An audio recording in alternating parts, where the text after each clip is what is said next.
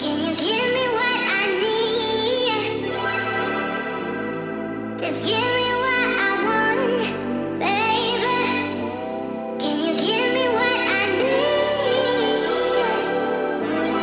Just give me what I want. Just give me what I want. Yes ma'am, J-A-Y, ganun. Ayan ma'am, may camera tayo. Ay, hello po. Okay ka na ma'am? Eto? Hindi ma'am. Ano? Ikaw na mag-search. Search mo na yan. Sana all. Ayan ma'am. Ayan. Ayun. Okay, let's go. Bongga. Hindi ka nasisigaw. Yung kala mo in-ignore ka nung driver mo. Yung para di ka lang narinig. Oo. Kahit tawag dito, kahit wala ka, parang wala kang ganang makipag-usap pero naririnig pa rin mga ganun. Tama. Bongga. Very good yung ganito. Wow. Dapat lahat may ganito. Kaya nga ma'am, pero kasi yung iba, hindi nila afford yung mga bumili ng mga ganyan. Mahal ba to? Medyo lang naman pricey siya ma'am. Pero umadaldal ka naman, no? Balik investment. Yes. Tama. Ako kasi ma'am, ginagawa ko na lang din libangan para hindi rin makatulog sa biyahe. Tama. Naghanap ako ng katsikahan. True. Saka hello, paano ka mag-expect ng something kung di ka rin maglalabas, no? Yes. Totoo ba? yan. Wala nang libre-libre ngayon. Ay! Ay. Joke lang. Dahil ng hugot. Grabe ng hugot mo ma'am. Parang may maraming buraot na friends, oh. Oo nga. Marami ka sigurong friends na ganun ma'am. Sakto lang. Sa bagay, sa tropa kasi hindi talaga na rin maiwasan yung may mga ganyan Oo. kakaibigan. Ay, saka uso ngayon yung yung, di ba, uso na yung online payment, mga Gcash, ganyan. Oo. Uso na yung, ikaw muna, Gcash ko na lang sa'yo. Kung mamaniwala doon, may scam ka doon. Pero dahil siyempre, malambot ang puso mo, sige. Oo, kasi ikaw pa may hiyaman ningil. Oo. Hanggang sa nakalimutan na lang, di ba? Thank you na lang. Tapos pag sila miski piso, dapat ano mo. Napakahirap. Minsan nga, kahit piso lang, sisingilin ka pa. Tama, oh my God. Nakalapag na ba yung susunduin mo, ma'am? Oo. Wow. Pero sa immigration pa naman siya. So, bahala siya. Sabi ko mag-antay siya. Hindi siya yung masusunod. Ako yung masusunod. Dapat pala puro yung dala-dala mo para baka marami siyang gamit. Hindi, pag uwi, meron naman kaming nakabook na ride. Sana all. Yung sa airport. Okay. Saan ba ka galing, ma'am? Literal, lumipad. Korea. Oh, ay, baka ma'am. Tawag na. Annyeonghaseyo. Oo, ayun. Oh my God.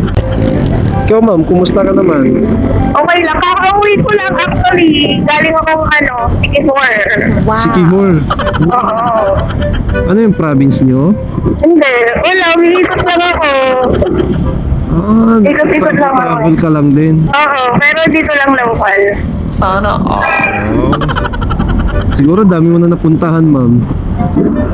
Sakto lang, ano kasi ako, parang slow traveler. Wow. Slow traveler meaning, di ba yung iba pag nagtuturist, pupunta dito sa province na to. Kunyari Boracay, yung iba 3 days lang, mahaba na yung 5 days, di ba? Ako hindi, talagang ina-experience ko yung lugar na nag-stay ako 2 weeks, 3 weeks, 1 month. Wow. Sana Umuupa ako hindi ako nag-Airbnb kasi umuupa ako nung rental na apartment, bumibili akong groceries. Solo mo lang. Oo, mura sa probinsya, sobra. Buti kinakaya mo, ma'am. Solo-solo ka lang bumibiyahe. Nung una, scary siya, pero nung na-try ko na siya nung first time, parang exciting. Lalo na pag madaldal ka, hindi ka naman malulugi. Kasi anywhere, anytime, may mamimit ka, marami kang Sana mamimit. all. Oo. Na solo traveler din. Yung iba nga mga backpackers pa yung tawag nila. Yung talagang lumilibot ng buong mundo sa mga foreigner. Pero binablog mo ba yan, ma'am? Hindi, sa akin lang sa lahat. Ay, ganun. Dapat binablog mo siya, ma'am, para kumikita ka rin. Yun nga, ang dami nga nagsasabi. Pero kasi for now, parang gusto ko muna siyang angkinin, gano'n. Yung di ko intindihin yung, ay, ang ganda nito, videoan ko to. Yung nililive ko muna yung moment. Sana all. Yan. Ang arte eh. Pagka pupunta ka sa isang lugar, ma'am, ano yung may binibili ka ba as a remembrance? Wow. Nung una, nagaganon ako yung mga t-shirt, gano'n, or kahit anong maisip ko. Well, until now naman. Pero ang pinofocus ko na this past few is, ano kasi ako, yung nagluluto ako, so more on kung ano yung pagkain nung area na yon. Ah, tinitaste mo siya. Oo, yun yung dinidiscover ko ngayon, kung ano yung pagkain nila. Bago sa panlasa, bago sa... Sana all. Kunyari, pag sinabing Cebu, lechon yan, di ba? So, titignan mo yung Cebu ng lechon. Pag sinabing Bicol, Bicol Express, mga gano'n. Ang nasa utak ko kasi, di ba, ang dami ngayon nagta-travel, Hong Kong, Singapore, ganyan. Oo. Ang nasa utak ko, ang dami nga napupuntang Amerikano, ibang lahi dito para makita ko ano yung meron tayo, tapos pupuntahan mo ibang lugar. So, might as well, ikutin ko muna dito. Kung satisfied ako, tsaka ako mag-out of country. Ah, okay. Nagigets na kita, ma'am. Di ba? Yes, totoo yan. Kasi sabi nga nila, mahalin ang atin. Tama. At saka ang pangit naman pag sinabi, ay, taga saan ka? Philippines. Oy, ang narinig ko maraming island yan, tapos di ka pa pala nakakapag-island sa Philippines, di ba? Nadaig ka pa nung foreigner. Gusto mo yung ganon, sasabihin niya sa'yo, uy, nakapunta ako sa Boracay, ang ganda ng Boracay nyo, tapos ikaw pala hindi pa nakapag-Boracay mo. Aside sa ginagawa mong ganyan, ma'am, may iba ka pag-work? Work from home lang ako. Wow. Kasi US-based yung company ko, so, yun. So, bali hawak mo rin pala ang oras mo sa trabaho mo na. Ang galing.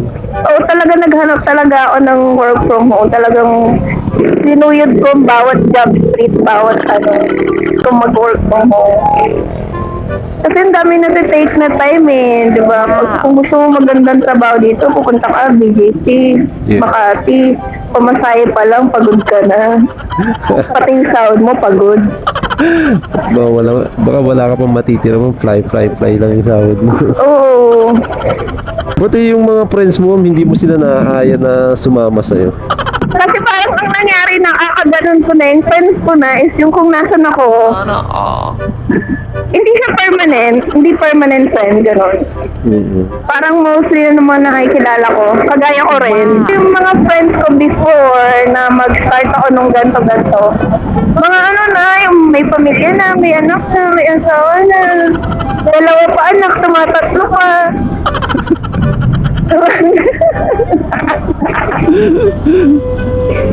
So yung mga nagiging friends niyo, ma'am, yung mga namimit mo na lang kung saan ka nagpupunta. Oo. Wow. Hindi na ako makarelate sa mga original friends ko eh, kasi edad ko sila.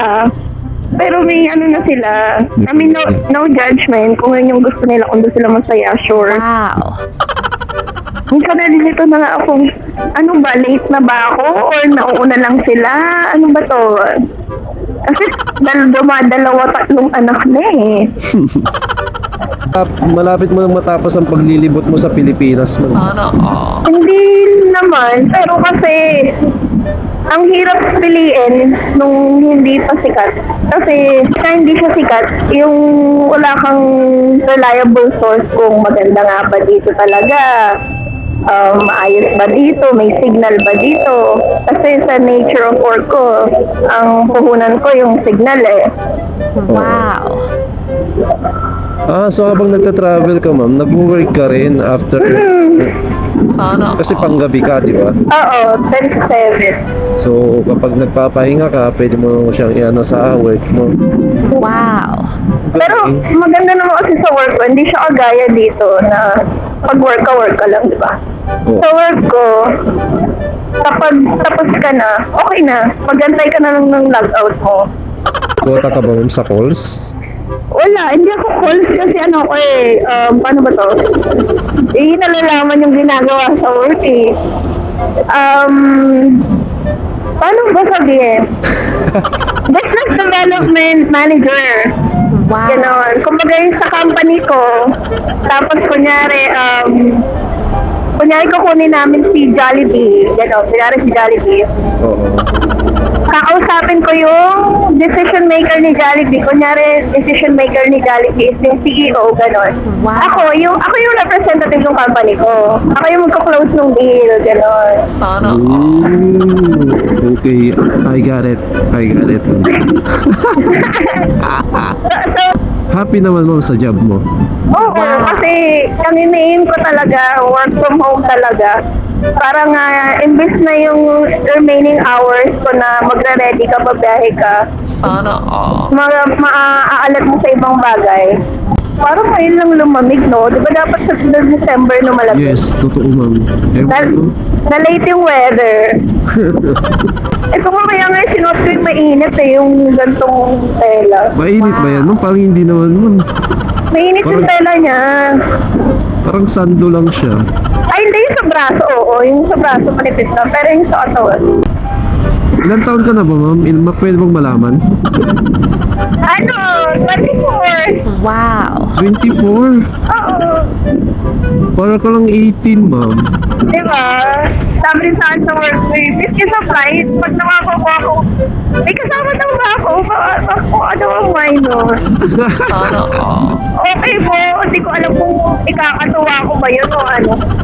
You're so little cute kasi ma'am. Hindi halata sa'yo. Eh kasi kung minor ako, pag nagsabi ko minor ako, palalabasin nila ako ng aeroplano. So di ko alam kung matutuwa ba ako or compliment ba yun o ano eh.